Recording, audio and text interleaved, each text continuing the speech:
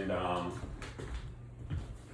going to give you some of my techniques that I've used over the years that I've taught pretty much everyone that's real good at what they do now uses a lot of the techniques that I brought to this organization years ago.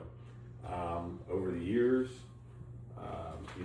after one person learns it, they teach it to someone else, it like kind of loses its, It's a little watered down. thank you, it's a little watered down. So what myself and Tony and Obe have decided we're gonna do is we're gonna kind of like just go back to what we once did and how we used to do it and show it to everyone so that new generation of people can utilize the information. So the things I'm going to show you are things that work for me. I'm not saying they necessarily have to work for you, but they work for me, and they are actual sales techniques that I've learned even before I was here in the car business. The car dealership spent a ton of money on for me to learn some of these techniques that I'm going to show you. And they specifically had me to do it, and I was one of the top finance managers in the tri-state area. So I brought a lot of that stuff, including the money sheet. Like that was something that I developed from the car business that I brought here.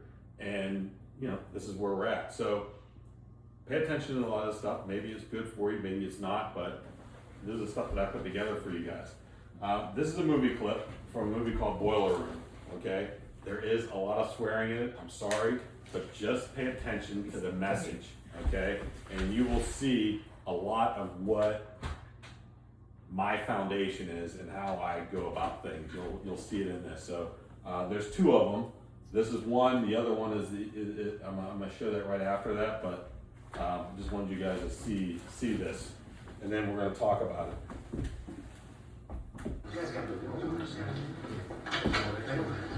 So they just all got hired as brokers.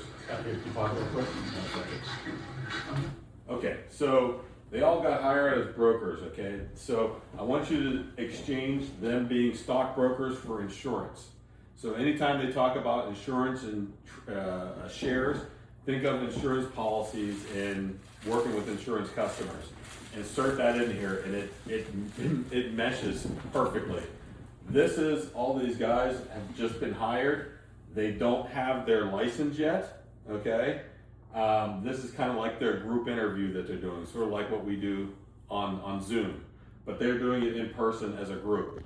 Ben Affleck, he's one of the main guys, he's one of the founders of the company, and he's talking to all these guys, so it's my setup. Sorry, man. This must be. Oh, shit. I'm so sorry. So, don't worry about it. Fucking dumbass. Get the fuck out of here. What? Don't talk to me. Don't look at me. Just pick your ass up out of that Italian leather chair and get the fuck out of this room right now. Come on, let's go, Schlep Rock. Out. Listen. We expect everyone here to treat their coworkers with a certain level of respect. Okay, before we get started, I have one question. Has anyone here passed the Series 7 exam? I have a Series 7 license. Good for you. You can get up to. What? Why? We don't hire brokers here. We train new ones. That's it, Skippy. Pack your shit. Let's go. It's kind of what we do, right? We hire new people into the business. We don't hire too many people that have already been in the business. Okay, here's the deal. I'm not here to waste your time, okay? I certainly hope you're not here to waste mine. So I'm gonna keep this short. Become an employee of this firm, you will make your first $1 million within 3 years, okay? I'm gonna repeat that. You will make $1 million within 3 years of your first day of employment at JT Marlin. There is no question as to whether or not you will become a millionaire working here. The only question is how many times over. You think I'm joking? I am not joking. I am a millionaire. It's a weird thing to hear, right? Tell you, it's a weird thing to say. I am a fucking millionaire. And guess how old I am? 27. You know what that makes me here? A fucking senior citizen. This firm is entirely comprised of people your age, not mine. Lucky for me, I happen to be very fucking good at my job, or I'd be out of one. You guys are the new blood. You're gonna go home with the Kessie. You are the future big swinging dicks of this firm. Now, y'all look money hungry, and that's good. Anybody tells you money's the root of all evil doesn't fucking have any. They say money can't buy happiness. Look at that fucking smile on my face. Ear to ear, baby. You want details? Fine. I drive a Ferrari, 355 Cabriolet. What's up? I have a ridiculous house in the South Fork. I have every toy you can possibly imagine. And best of all, kids, I am liquid. So, now you know what's possible. Let me tell you what's required. You are required to work your fucking ass off at this firm. We want winners here, not pikers. A piker walks at the bell. Piker asks how much vacation time you get in the first year. Vacation time? People come and work at this firm for one reason, to become filthy rich. That's it. We're not here to make friends. We're not saving the fucking manatees here, guys. You want vacation time? Go teach third grade public school. Terrell, you did that on purpose. Okay. First 3 months at the firm or as a trainee, you make $150 a week. After you're done training, you take the Series 7. You pass that, you become a junior broker, and you're opening accounts for your team leader. You open 40 accounts, you start working for yourself. Sky's the limit. A word or two about being a trainee, friends, parents, the other brokers, whoever, they can give you shit about it. It's true. $150 a week, not a lot of money, but pay them no mind. You need to learn this business, and this is the time to do it. Once you pass the test, none of that's gonna matter. Your friends are shit. They tell them you made 25 grand last month, they're not gonna fucking believe you. Fuck them, fuck them. Parents don't like the life you lead? Fuck you, mom and dad. See how it feels when you're making their fucking Lexus payments. Now go home and think about it. Think about whether or not this is really for you. If you decide it isn't, listen, it's nothing to be embarrassed about. It's not for everyone. Thanks. But if you really want this, you call me on Monday, and we'll talk. Just don't waste my fucking time. Okay, that's it.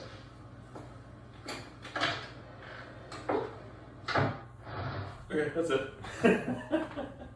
Now, why did I show that to you guys? That's all that's the same here? It is the same, but what kind of message am I trying to get to you guys? I shouldn't have taken vacation time. No, you guys are salespeople, okay? You know, we may go to customer's house and say we're not salespeople.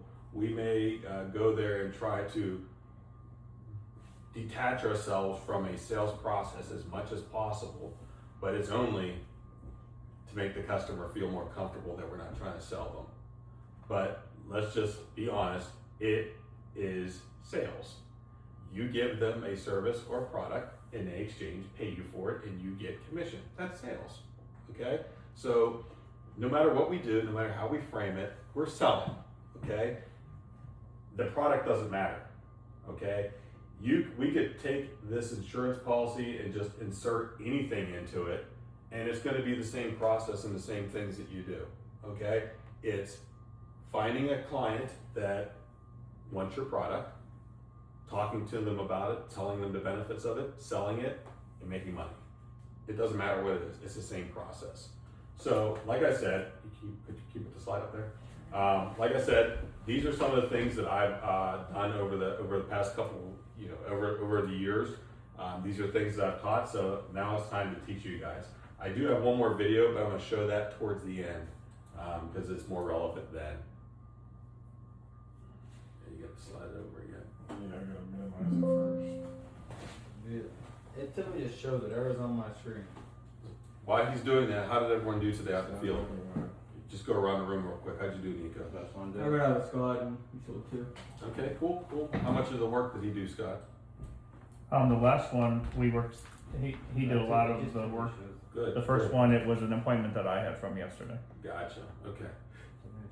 You did two. How'd you do, Amy? One. You did one, and everyone heard about yours, so you're pretty excited, aren't you? I'm happy. Yeah, I sold my first one, yeah. Just so you know, I think it's 5 o'clock is the cutoff to get paid the next day. Or is it 6 o'clock? I think it's 6 o'clock now. So it's 6 o'clock now, so it'll go in for tomorrow, and then you'll get paid the following day after. How'd you do, Alex? Two. You've been kicking butt. What have you been doing? What have you been doing different? Focus? Is Yanni helping you out? Like a lot? Yes, in the way that I needed help. Just like every once in a while, we call probably 2 or 3 times a week. And just like a typical check-in of like, what's up, what are you doing, like how's it going? We have some longer conversations. Sometimes I don't record all of my stuff, but if I record something and send it to her, we talk for like 40 minutes about Good. it. Man, that's great. That's great. Awesome. That is good. All right, let's go ahead and get into this. We got 10 on the books as of right now. 10? Good job. As of right now, yes. That is What's awesome. your You got 10 or? No, we as a whole have 10 as of right now. Okay. I'm going to comprise all this stuff into some type of thing that it can be read. And I'm going to call it the act of selling. Why am I calling it that? So this is acting. Huh? Because this is acting. That's right. Very good, Josh. It is acting. The whole process is acting. Are you the same person whenever you're out in the field in front of a customer than you are at home?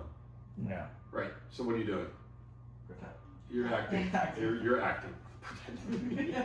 Make believe. You're acting. So please keep in mind that is what you're doing whenever you're in the house. You're acting. You're playing the role of a very professional, good at what you do insurance person that knows everything about what they are. Whether you know it or not, you know everything. Okay? Because guess what? You know more than they do. I guarantee it. All right. So that's where that came from. Presentation order. This is the order that we're going to start teaching everyone on, okay? The only thing that might change is number 11. I do not like pre-closing because you shouldn't have to pre-close because you're constantly closing throughout. So that is not going to be there, but we will talk about it, okay? But you guys are free to take a picture of this. This is the sales process. This is everything. After you get in the door, this is exactly what you should be doing, okay? And we're going to go over each one of these just so you guys know. What I'm doing is I'm setting up my agenda with you guys so you know what we're doing. All right? We're going from here all the way down to the close. And I'm going to explain some stuff on each one of them. Okay?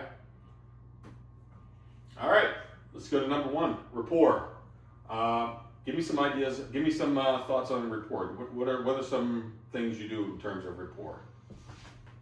Just, I don't know, starts with like reading, like the client just seeing, their body language, and then if you can pick some things out, say with their house or whenever you walk in, just like small talking points. Okay. Give me some examples of what you would do as a rapport, Josh, in the house. Like in here and here, I'd be like, hey, you lived here for a while? You lived in the area all your life? Yeah, oh yeah. My dad's side of the family's lived here forever. We had a huge family growing up here. My aunt lives right on Liberty Street. I'm always there with her all the time. So I'm up here a lot. I'm from Pittsburgh. And sometimes, even one time, a dude did recognize our last name from sports. So my dad's side of the family's pretty big. So if I'm here and here, yeah, I do something like that. Gotcha. Good. That is good. That's a lot about you. What do you talk to the customer about them? If I see something in their home that I can relate to, like when me and Scott were the one dude, he had Eagles stuff all over his home, and I was busting on him a little bit, but just joking around with him about the I'm a Steelers fan or something like that. Scott, what's the one thing people love to talk about? Themselves. Okay, so when you're doing rapport, you should be asking as many questions as you can about that customer and find something. Don't sound ridiculous. Don't sound desperate that you're literally reaching like, oh, okay. Oh, these are great pictures. Can we talk about these? Oh, the clock. Don't do that. Make it natural. Like you're having a conversation with someone. You have to look around, process, and have an idea of what you're going to say to the person before you actually say it. Okay? And see, it's a hard thing to do, especially with someone like me. You're like thinking of what to say, and you're not listening to what they're saying, but you have to get good at it. That's what you have to do. You have to somehow make mental notes to yourself, okay? Building rapport is very important, okay? This is going to help you determine whether or not you get the sale or not, okay? You have to build the foundation because no one is going to buy anything from someone that they don't like. They're not going to buy from you if they think that you don't know what their needs are, and they're not going to buy from you if, you're not on your game, okay? It's just not going to happen. And if they do buy, they're just buying to get you out of the house, and they're going to call and cancel on you while you're driving down the street, okay? So building rapport is extremely, extremely important. It doesn't have to be long, it has to be very short. Have you ever heard of someone doing an elevator pitch? Okay, the amount of time that it takes you to go from whatever floor you're on up to whatever floor you're going to, that amount of time is about how much time you have to build rapport. And you're absolutely right, Nico. When you're walking into the house, you should be observing everything. For example, don't look at me. What's on the wall behind you? Finley Lake. No, on the wall behind you. Don't look. Exactly. See, that's what I say. You gotta look at everything. And I'm not messing with you. I'm just saying, like, there's oars on the wall. Yeah. You know what I mean? That's just like one of those things. When you walk into a room, that's what I do naturally, even if I'm not selling. I walk into a room, I inspect everything. I look at everything. I want to know where the exits are. I want to know the people. I'm checking everyone and everything out. Okay? That's what you have to do here, because it's all information gathering so that you can make better decisions based off of your surroundings and what's around you. Okay? You have to pay attention. Okay? That's all part of the rapport building. If they have kids' toys on a porch in like a bin or something, you want to take a mental note of that, because what does that probably mean? That's right. When Tony Ann did her training the other night, she had an acronym form for rapport, family, occupation, recreation. I forget what the M was. But I might have it. I Mommy? wrote it down. something, but anyway, I know, Josh, you like to talk about sports, but that can be divisive to some people. You want to stay away from sports, religion, and politics, unless you know for sure that they have the same views as you. I would not give any opinions on any of that. Does anyone have the questionnaire that you talk to people about at the very beginning? You do? Yeah, I have it. Can you Hold on, pass? I was looking up something else. That's okay, I'm I sorry. have that too. No, it's okay. Does anyone use the questionnaire? I used it today. No? Questionnaire. The one that you got in boot Boot camp? camp. No, no. Here, pass that around, take a peek. on it. Motivation. Motivation. You have it? I have You it. should use it. Oh, it wasn't. You should use it, Gotcha. and if, Whoops. listen, Scott does use it. He just doesn't need a piece of paper for He it. does. He basically Right. does it. He So, doesn't need to read. You Writes it on his know, own. he has it. Those are the things you need to be talking with the customer about before you do anything, okay? Let me tell you something, guys. Do not open your presentation binder until you've earned the right. You can't just walk into someone's house, talk about stuff on the wall, and sit down and just jump in. You don't do that.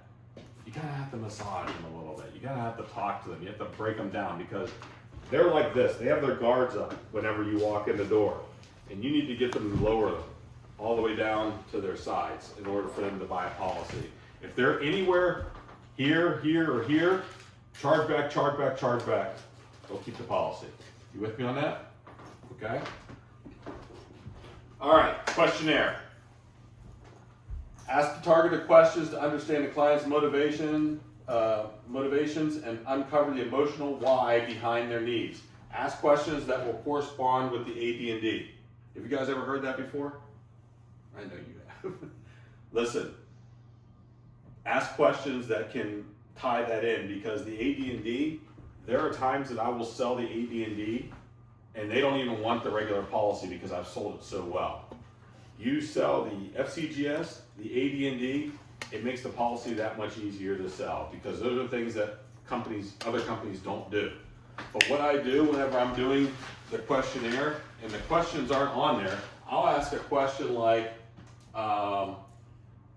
who does your lawn care outside? I'll say this, I'll say, listen, I'm gonna ask you some questions. They're gonna seem a little weird, a little strange, but I promise you, at the end, it'll all make sense, okay? So with that being said, what kind of work do you do?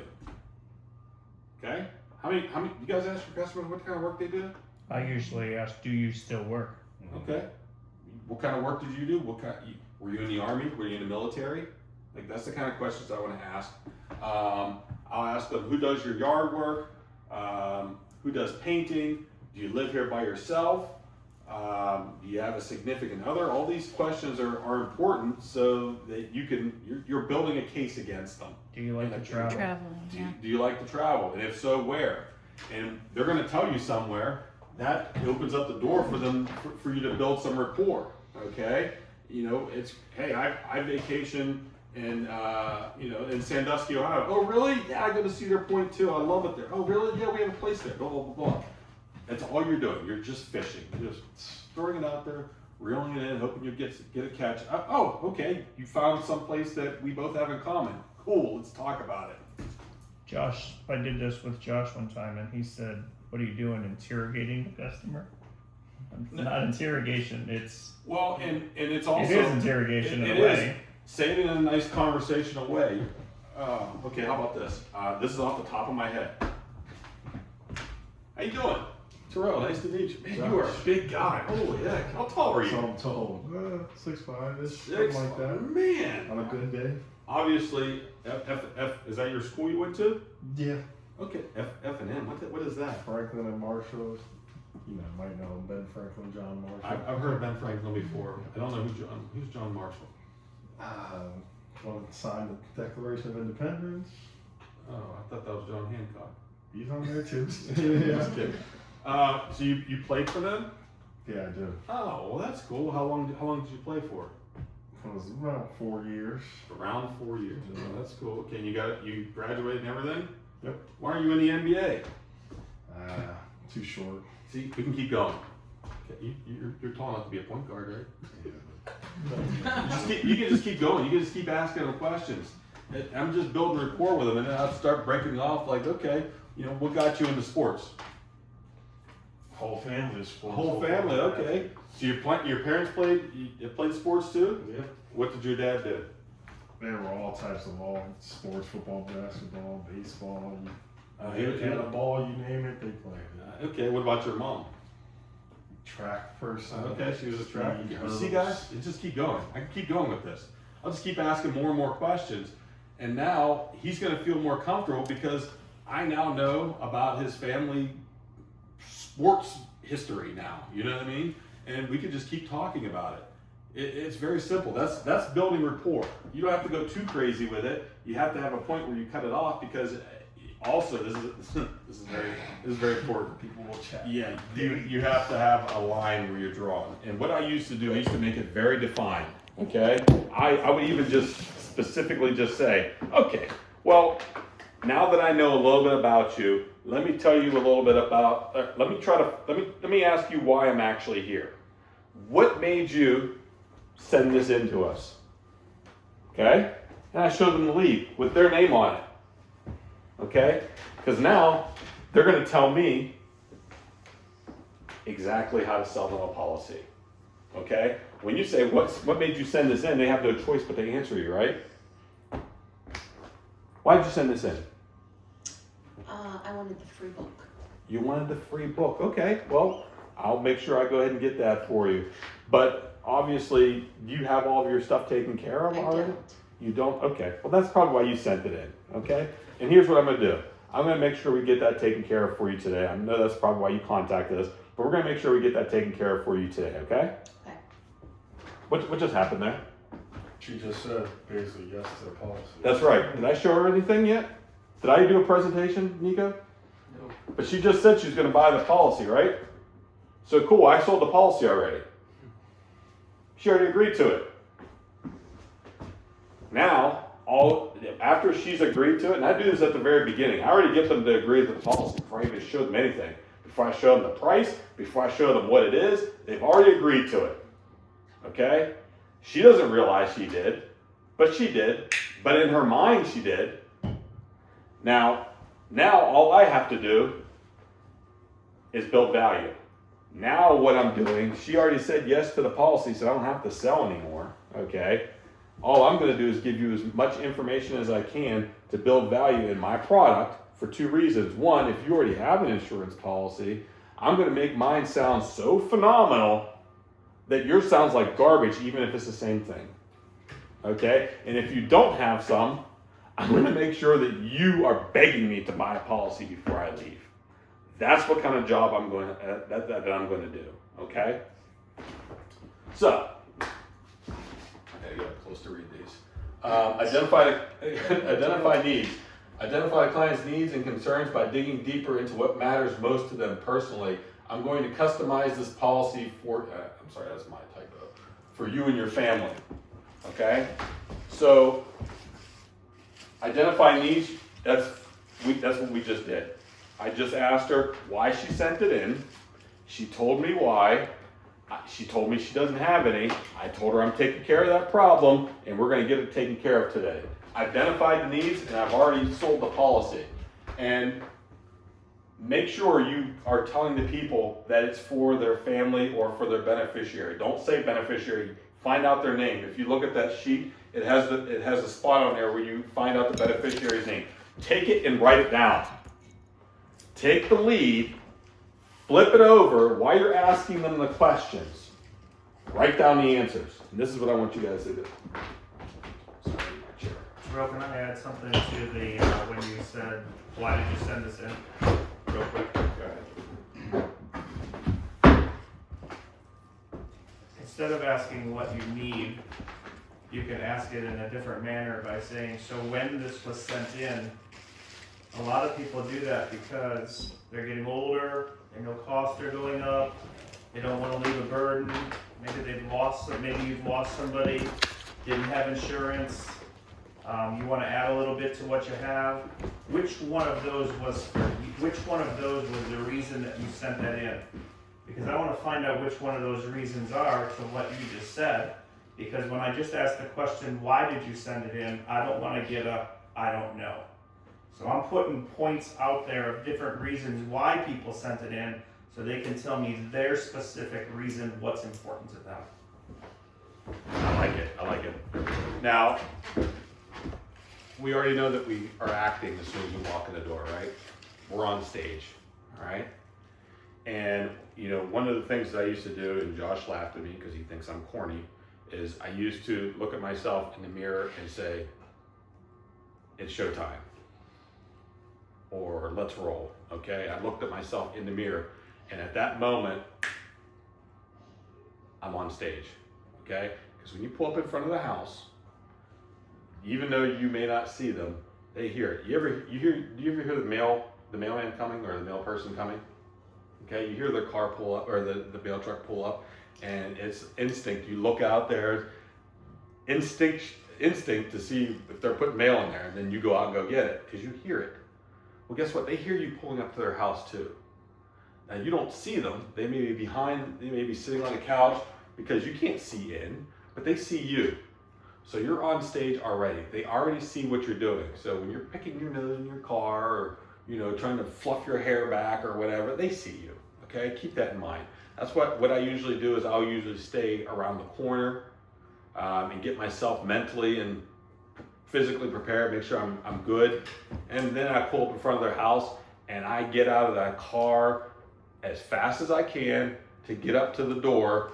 I do the fake wave to them, okay, because remember, they see you already, right? I do the fake wave to them, I smile, and I go up to the door. Before they can even think of a reason to go and hide or, you know, whatever, or think whether or not I actually saw them or not, they're already discombobulated. They feel like they have to come to the door, okay? That stuff is important, okay? So, identify the needs, that's where we're at.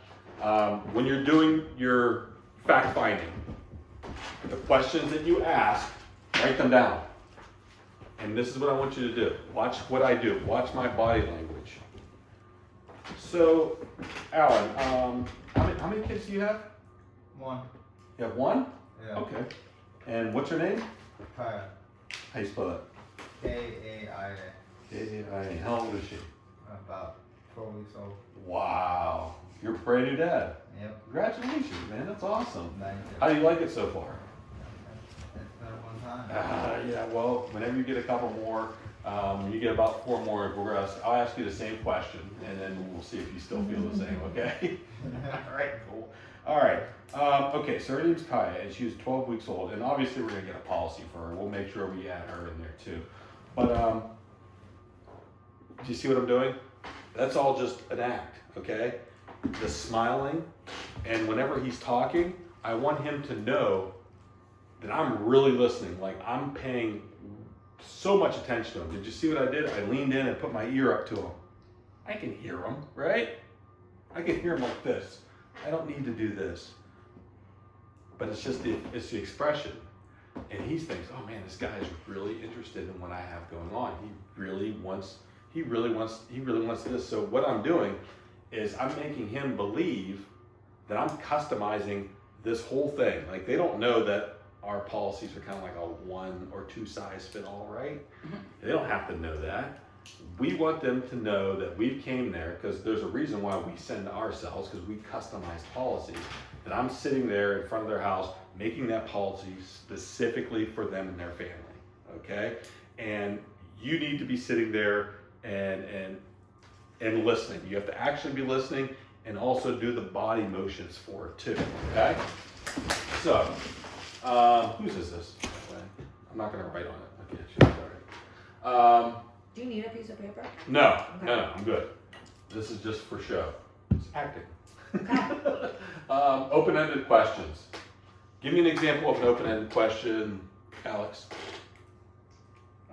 Like in the home or at the board? And you know what? It's the same thing. What do you do for work? Good. I sell insurance, so I don't need your garbage. Give me an open-ended question.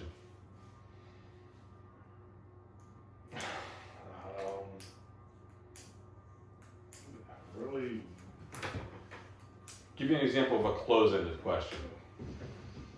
How old were you? I mean, you wouldn't ask that. any question that starts with the word "do." no, what we're trying to avoid is them to ever say no. Can I give you one? Please do. Would you agree that something is better than nothing? Yes. Yeah. Well, that is an open-ended question, but it's closed-ended because I can only answer one way, right? So what happened here? What's going on? Oh shit. What the hell's that? Sitting on the remote or something? Who's Yeah, it's over here. Ash Aquarian? Let's send them an email. It's the Say YouTube who or one. you. Would you agree? Yes. So what you want to do, you want to basically avoid questions where they can answer no. Don't. As soon as you get out of that car, the word no can't exist anymore. That you do not want to ask a question that will promote a no. Now there's a couple things in here that say that ask questions, but you don't want to do this. I got one for you. One where you can ask an open-ended and closed-ended question for the same thing. If you're at the door and they say it's time to, right now is not a good time. What time are you usually home around? There you go. Or instead of saying, will you be home at? No. That's right. That's right. You do not want to. You do not want to say anything that can get them to say no. That is correct. Thank you, Josh. So that's that. Listen and empathize. Okay, that's just what I was doing. Okay. Oh, really? Oh. So what exactly happened? Tell me what happened with your mom. She had went for eye surgery the other day. Oh wow, is she okay? Yeah, she said, told me that she's doing good, she's coming up soon. Okay. Does she have coverage too? No, I don't right now. Okay, well, let's maybe talk about that too, because guess what? If something happens to your mom, most likely it's gonna fall on you, am I right? Yeah. Okay. Right.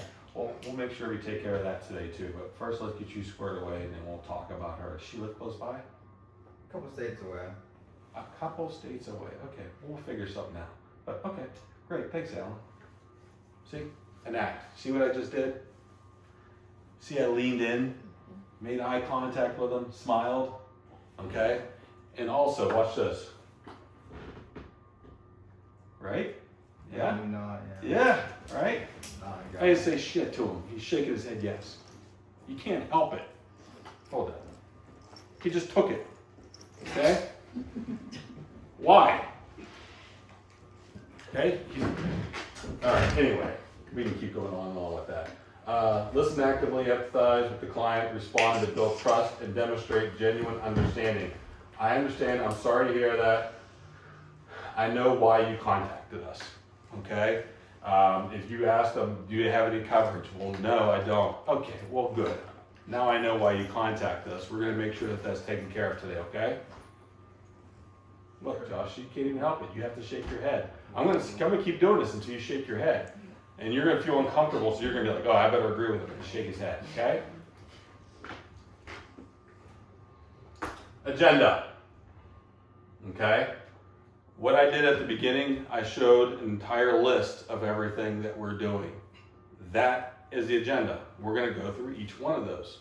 Whenever you're in a house, set an agenda. and this is a good point in time to cut off the small talk, rapport building. This is a nice hard line where you can stop that and transition into something else. So what we're going to be transitioning in is to the agenda.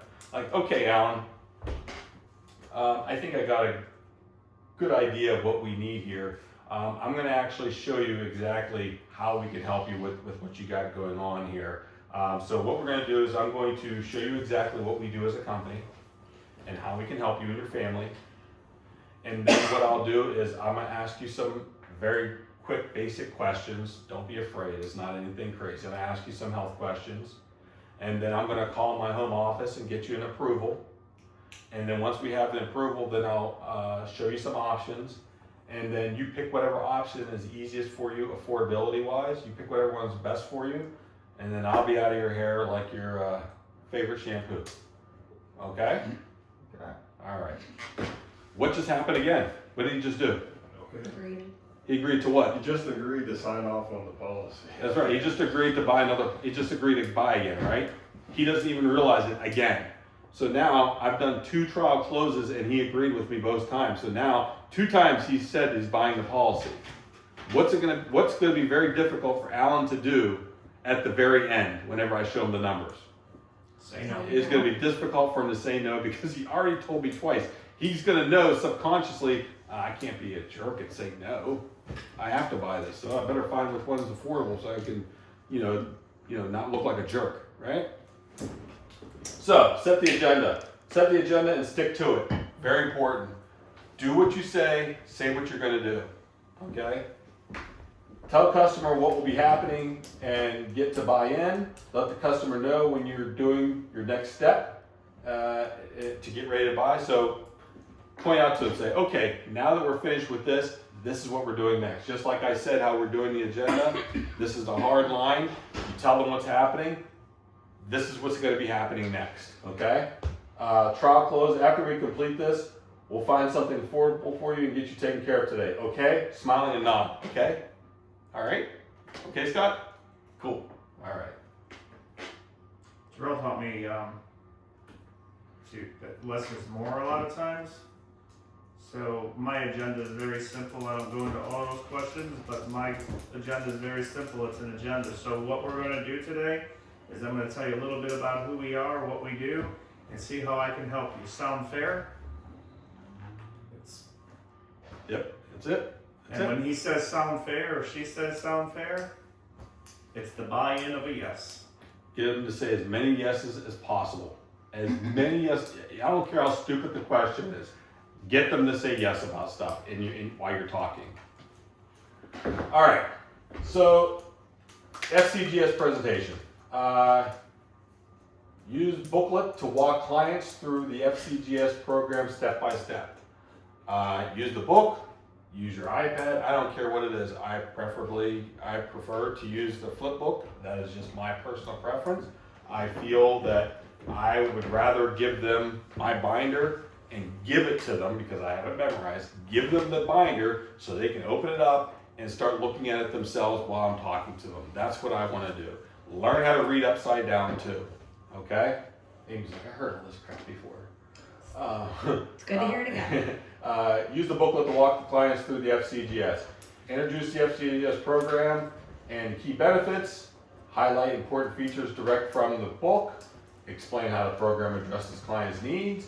Use simple, clear language focused on value and something to say on each page. Okay, this is important. You guys with me on this? Okay? I told you do not open that presentation book until you've earned the right, okay? After you've got to the agenda and you're ready to go into the presentation, you've earned the right because you've done all the other stuff that you're supposed to. You did the rapport building, you talked to them a little bit, you found the need, you talked with them, you got them to say yes a few times. You're now authorized to open up the book. You are now free to open it up, okay? But don't screw this part up. This part's still important, okay? Each page of the presentation book, depending on how many pages it is, because everyone's pages are different, each one of those pages are worth $3 to $5 for you, okay, in premium. All right? You with me on that? You guys understand what I mean by that, okay? You need to do $3 to $5 worth of presenting on each one of those pages before you flip it, okay? You make sure that you got the customer's attention, you make sure that they're interested, and you make sure that they understand before you go on to the next page. That's your authorization to go to the next page. If you screw this up and do shitty presentations, well, guess what? You're now getting even lower, like 50 cents or $1 per page. Okay, that's how you end up with, you know, $20 policies because you didn't do the job right. You should be confident that you did such a good job that you can easily ask them for a $150 premium whenever you're done. With me? All right. Build the value. This is where you bring out emotional side of the sale. Paint the picture of what that day will look like. Whenever you do the FCGS presentation, I like to make them cry. And I know that's terrible to say, but I do. I like to bring out that emotion because think about funeral directors. Whenever you go into a funeral home and you're upset about your loved one passing away, what happens? You'll buy anything. That's why we have the FCGS in the first place. Well, all we're doing is using that same technique in the other way, right? They're not dead yet, but we're going to sell them on the emotional part without them having to actually die. I will tell them exactly what's going to happen. I'll say, listen, on that day when you pass away, whether it's in a hospital or at home, this is what's going to happen. And I start talking about what that feeling is going to be for their family and what everything that they're going to need to do. And I'll start asking them questions like, okay, so for instance, Josh, where's your insurance policies that you have? Exactly. Somewhere. Exactly. And Amy, I'm like this Amy, and Amy, whenever you pass away, will your family have access to your bank accounts? Do they know how to get that stuff, or do you have it all locked up and hidden? Oh, it's locked up. Okay, well, how are they going to get it whenever that time comes? You know, you should let people know where your insurance policies are because I can't tell you how many times I get phone calls just off of a business card asking whether or not they have an insurance policy with me. Let your family know you have this stuff, okay? It's nothing you need to hide from, okay? I mean, if you think they're going to try to kill you, then maybe you need to not have a policy with their names on it, okay? So listen, it's very important, and you talk about that stuff, okay? We just add the word die in there instead of passing away. Make Okay. it real. When you die. Because when you say passed away, when you pass away, or God forbid, Read the or room is what you do. on that unfortunate day, that's not real.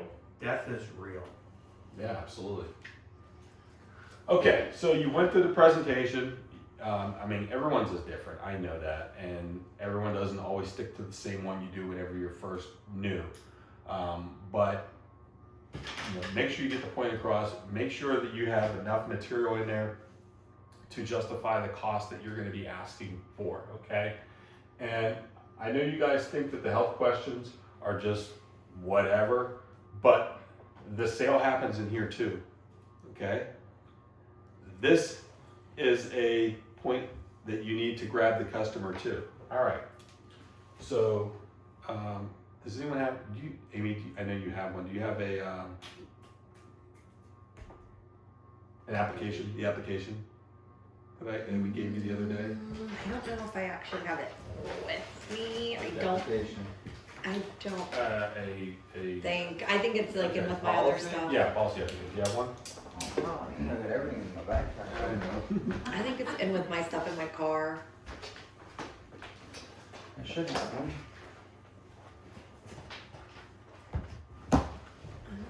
Never know when I need it. Yeah? You guys good? You guys need a break at all? You guys good? Alright. I'm not gonna write this. I Okay. don't care. I So, I plan. so this is important too. You need some acting in this too. Okay? So, I don't, actually Alex, I'll do this with you, okay? Alright. I'm gonna ask you the questions. I don't care which one, but one of them I want you to answer yes to, okay? All right, Alex, so appreciate you listening to me. Do you have any questions about anything we just talked about? Okay, I explained it pretty well. Yeah. It's a pretty great program though, right? It is. What did I just do? I just did it So again.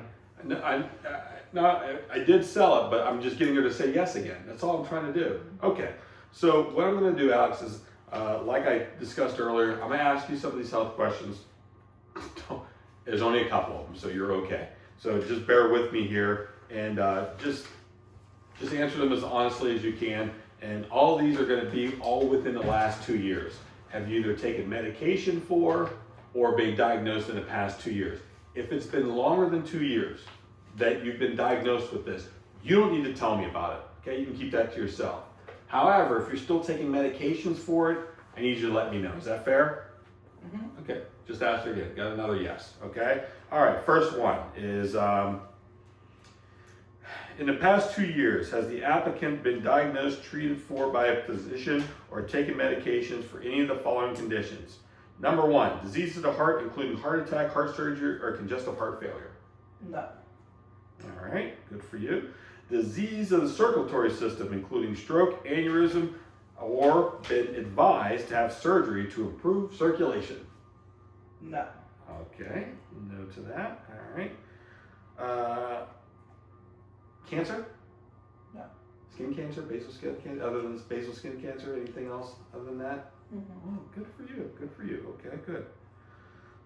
Disease of the lungs, including COPD, emphysema, or anything other than asthma. Yes. Okay. And you take medication for that? Well, the doctor told me I should. I just don't take it though. Why is that, Alex? I don't need it. They don't know what they're talking about. Wow. Okay. Okay. All right. Did you have asthma whenever you were growing up? No. You didn't. Okay. Why don't you think you need it? I don't take it and I'm fine. Okay. Okay. And they said you had COPD, right? Yeah. And what medication did they prescribe to you that you're not taking? Some inhaler. Okay. Do you know what the inhaler is? Symbicort? Maybe. Okay. Fair enough. All right. I kind of understand why you contacted us. Usually, whenever someone answers yes to that question with other places, they're usually packing up and walking away. Alex, do you see me walking away? Mm-hmm. Yes, right. We're going to do this today, okay? All right, anyway. All right, so disease of the liver, kidneys, or organ transplant? Nope. All right. Good job. Good job. Alzheimer's, dementia, or organic brain syndrome, or ALS? What does that mean? Lou Gehrig's disease. No, nothing like that. Okay. Alzheimer's, dementia, organic brain syndrome, or ALS? No. Okay. Alzheimer's, dementia, organic. Do you have I guess I have. All right. Anyway, just joking around here. Okay, so no. Complications with diabetes, including amputation, diabetic coma, blindness, or kidney disorder. I'm gonna have diabetes. Okay. Is it controlled? Yeah. Did you lose any of your digits or piggies? No. Okay. All right. All right. And has the applicant been advised or had diagnostic tests relating to any of the following questions listed above, except for those referring to human immune virus, for which results have not been received? I know that's a weird question, but it's basically saying, have you been to a doctor and they said you need to take tests for anything that I just talked about? Mm-hmm. No? Okay. Good deal. Okay. So next what I'm going to do is I'm going to call and get this approved, or see if I can get it approved, and then we'll talk after that. Is that okay? So here's what's gonna happen. Whenever I call them, I'm gonna give them some information about myself and who I am, and then I'm going to give them some information about you. And then what they're gonna do, Alex, I know it sounds crazy, they're gonna actually ask you these questions all over again, okay? So just bear with me, just answer them the same way you answered me, and we'll be fine. Is that fair? All right, good deal. Boop, boop, boop, boop, boop, boop. Get Lincoln on the phone. I say, hey, I have an applicant here. How many applications? What's their name? All that stuff. And then, hold on here. We're trying to. Nothing yet. Okay. So I'm on the phone with Lincoln. I'm doing that. And then I hand the phone over to the customer. Can you guys tell me what we do in this situation? This is very specific, not you, Scott. I know you Start know. filling out their application. No, Put it on speaker. that's right. Tell me Oh, the well, exact I thought that process. How is it that you do it? When you call Lincoln, are you on speaker then or no? Why? So the customer can hear everything that's happening.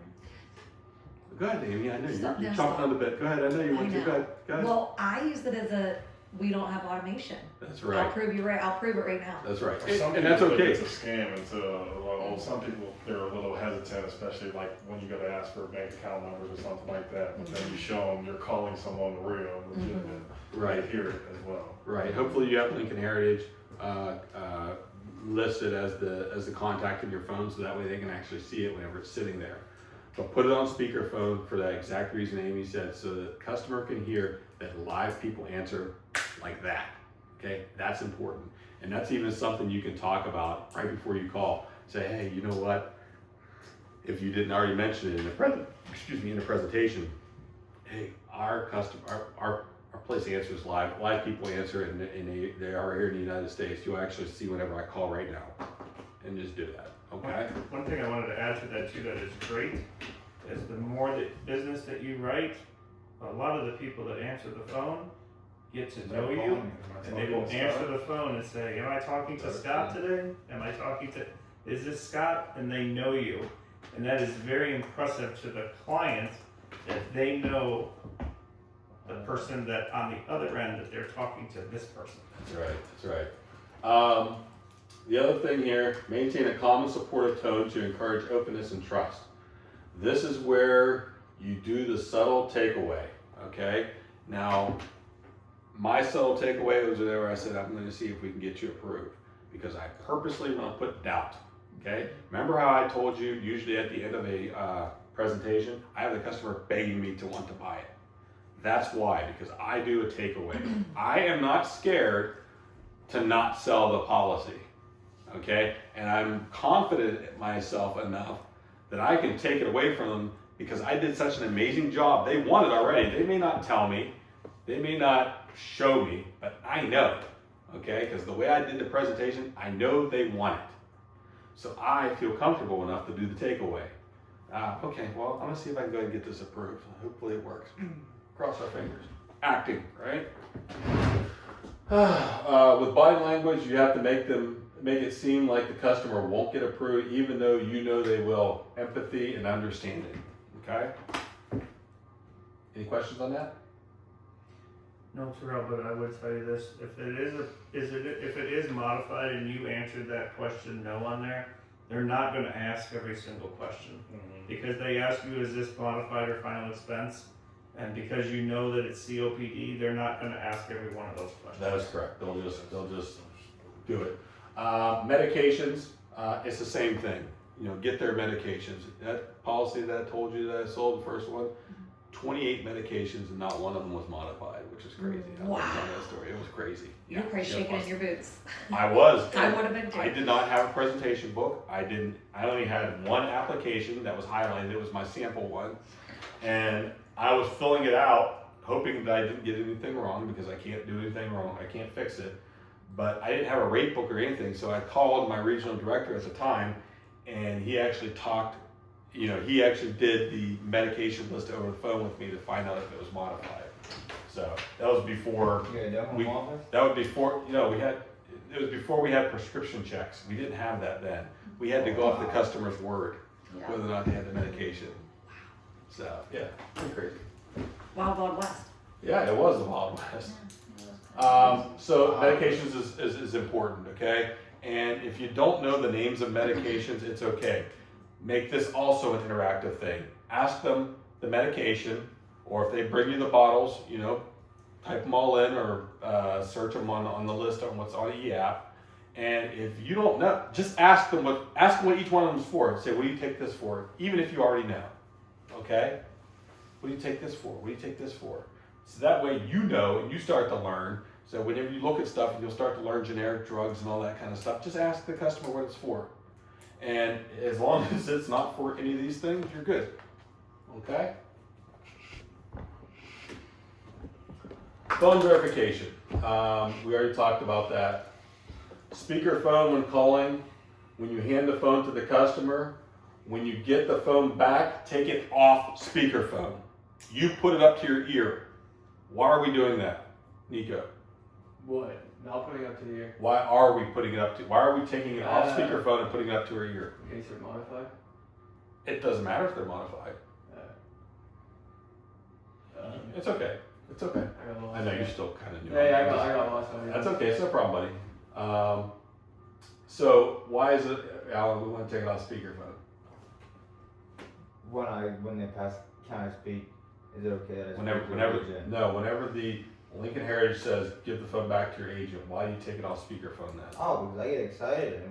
That's right. Especially final expense, even modified, I get excited. No way, thank you. I can't believe that. It's been a while. You're back on stage again. It's acting again. Okay? Our customers are not used, especially if they have COPD, our customers are not used to doing that. They're not used to hearing approved. They're used to hearing decline. No, we can't do it. That's what they're used to hearing. Alan's exactly right. You want to be excited whenever they tell you that. I don't care if it's modified. I don't care if it's final expense. You get excited that you got them approved. You should be thinking in your mind, you should be counting the money right then and there. Like, okay, yeah, I'm going to be buying myself a new purse. I like purses. I like buying purses. Okay, that's what I do. Anyway, you get excited. Start counting your money then. If they are modified, it is not a bad thing. That's actually a good thing. Do you know why? Why is that, Josh? Because we're covering what most companies wouldn't cover. Very good. You should be excited. And you know what I also tell people? I also say, like, you're actually pretty lucky. Not too many people get approved for our modified plan. Here's what's cool about it. There's a couple things. One, after 2 years and you paid into this policy, you'll get your full benefits. Now you get some benefits up front. I'll explain those to you later. Those are going to kind of correlate with the questions I asked you earlier, but we'll go over that. But you're actually pretty lucky because, you know, with your COPD, like I told you before, a lot of people would have already walked out the door, but I can get you taken care of. So we're in good shape. But anyway, you got approved. Let me show you exactly what your money can buy. All right? You qualify. Congratulations, you qualified. Program. Big step towards protecting. You don't have to say all this stuff, but you do your own thing, but acting. Okay?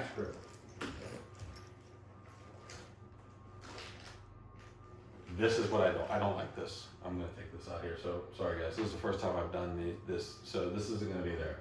Ask affordability questions, okay? You're going to already find, this is one of those things, you're going to find that out, okay? Once you don't ask up front how much the person can afford, because all you're doing is boxing yourself in. If you show them anything else other than what they said, you're done, okay? So you in your mind, you should automatically be thinking that they're buying a $15,000 modified policy or a $35,000 final expense.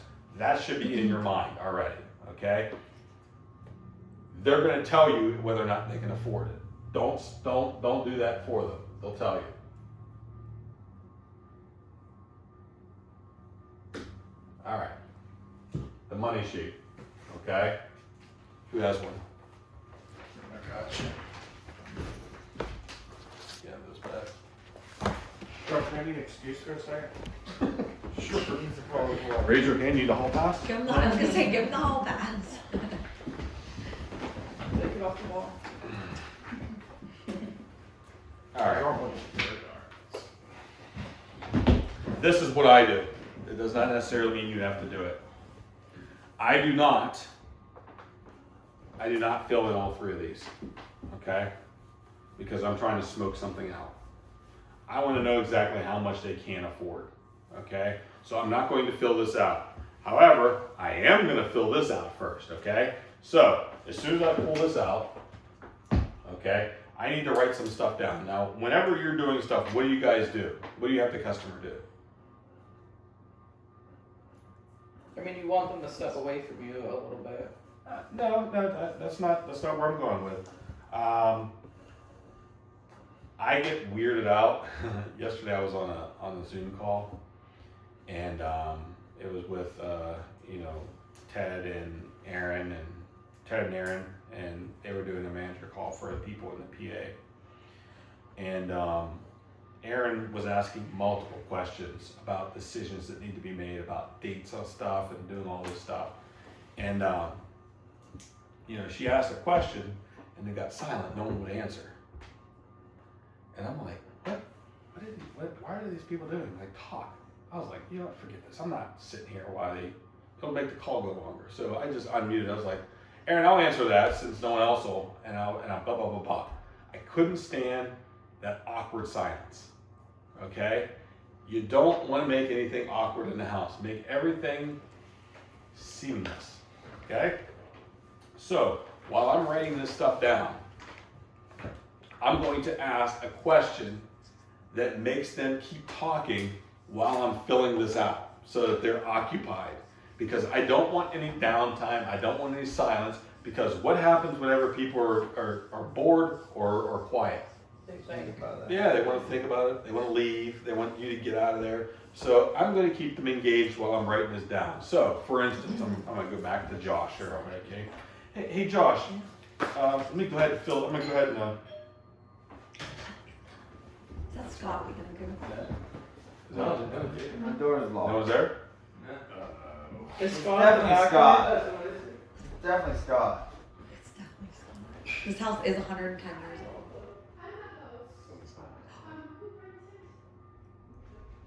It's probably my car. Someone. It's probably the cars. I bet.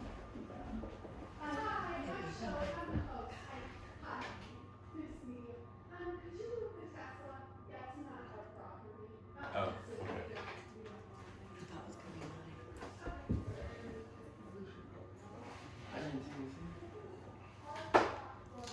Anyway, so what I'm going to do is I'm going to ask an open-ended question that'll keep you talking long enough for me to do this.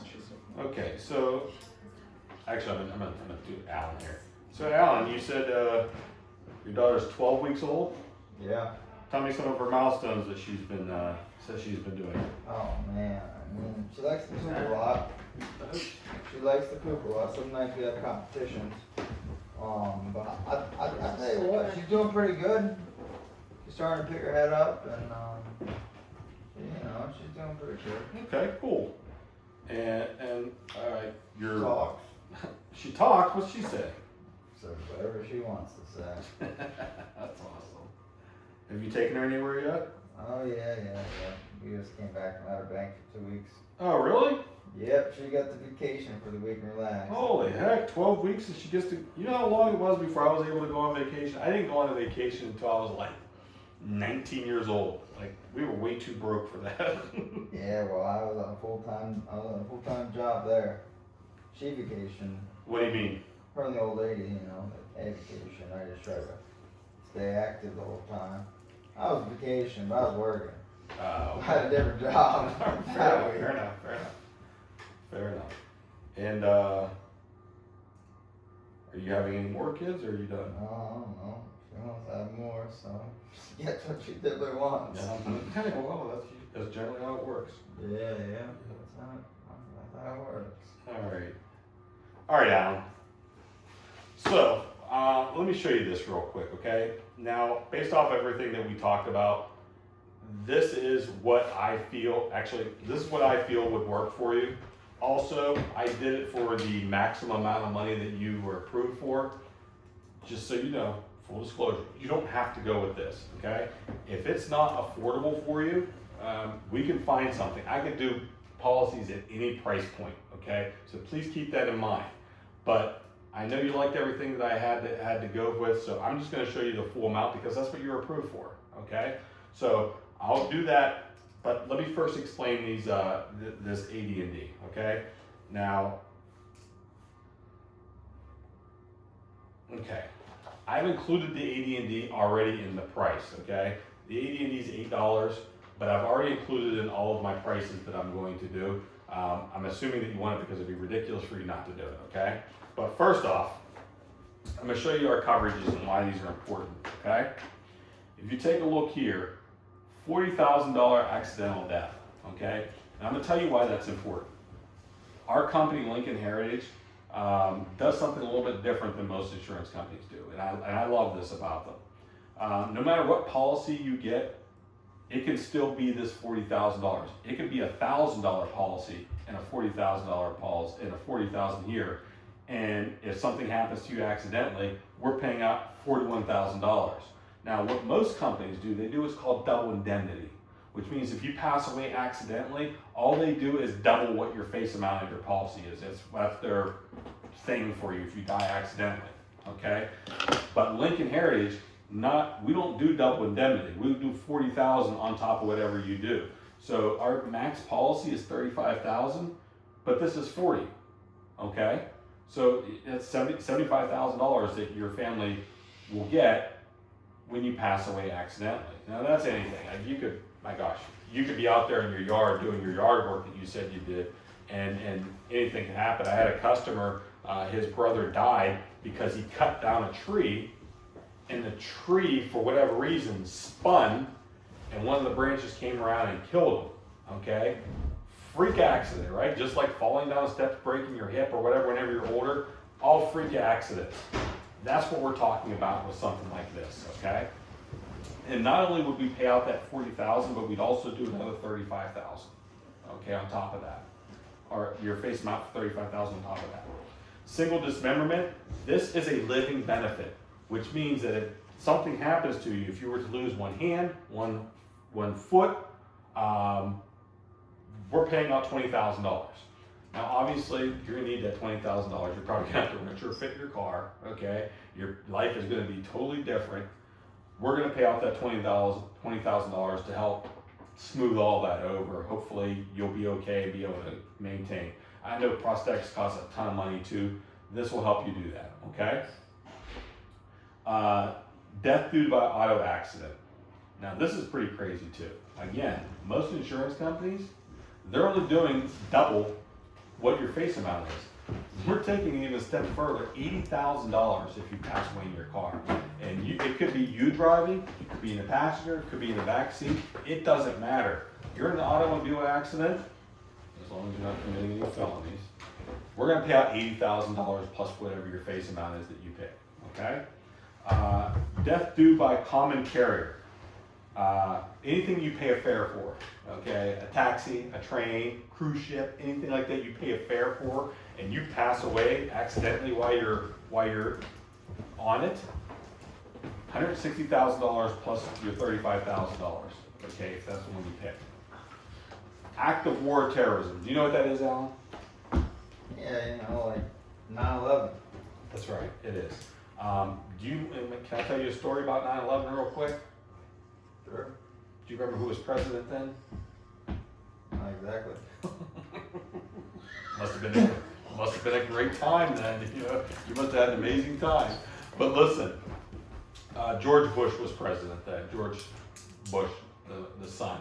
Okay, he was president then, and on that unfortunate day, whenever the towers fell, we had 3,000 plus people that died that day. Okay. And you may not remember because you don't even remember who the president was, and it's okay. I was pretty young. I know, John. I'm pretending he's like 80 years old, okay? All right, thank you. Yeah, George Bush. All right, so anyway, one of the things that he did is that he waited to declare a terrorist attack, okay? He went very short, he said all this other stuff, but he never said it was a terrorist attack. Do you know why that is? Do you know why he did that? No. I'm gonna tell you. He never called it a terrorist attack, because if he called it a terrorist attack, guess what insurance companies wouldn't have to pay because it was an act of terror? Everyone's life insurance policy that was in those buildings. Did you guys know that? True story. So what he did, Great story. he waited until all the people were accounted for, until they found out whether or not people were really in those towers or not. That's why they had such a huge recovery for the bodies, because they had to identify them so that their insurance policies would pay out.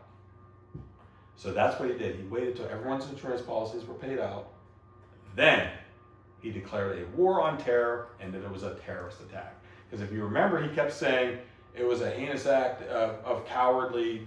You know, he called it everything else, but he did not say a terror. So they didn't have to pay the double indemnity from other insurance companies. They wouldn't have had to, right? But no. He was protecting the people, not the insurance companies. The insurance companies would have been like, hey, we don't have to pay that. That was an act of terror. Except for Lincoln. Right? Except for Lincoln. Lincoln Heritage is one of the only companies that pays out for acts of terror. Okay? And we pay up to $160,000. And don't think that it can't happen. Okay? You know, it could be some deranged person that they call it a terrorist attack. You know what I mean? You don't know. But we're paying out $160,000, and that's important because no other company does that. Last thing no other company does is we will pay up to $8,000. So if you were in New York that day in the towers and you live here, as long as you're more than 200 miles away from home, we will pay for your remains to be sent back home. Did you know that most commercial airplanes that you've been on before has probably a casket underneath it? Did you know that? No. Someone's being transported somewhere. Anyway, $8,000 is enough to bring you back from Australia. That's enough money for you, okay? So this is all included, okay? Alan, like I said, $35,000. It's up to you whether or not you want to do that. If 175 is good for you, all I need you to do is initial right here that you want to do it, that you want that. If not, I'll show you something different. But while you decide which one you want, I'm going to go ahead and finish up your paperwork so I can get out of your hair.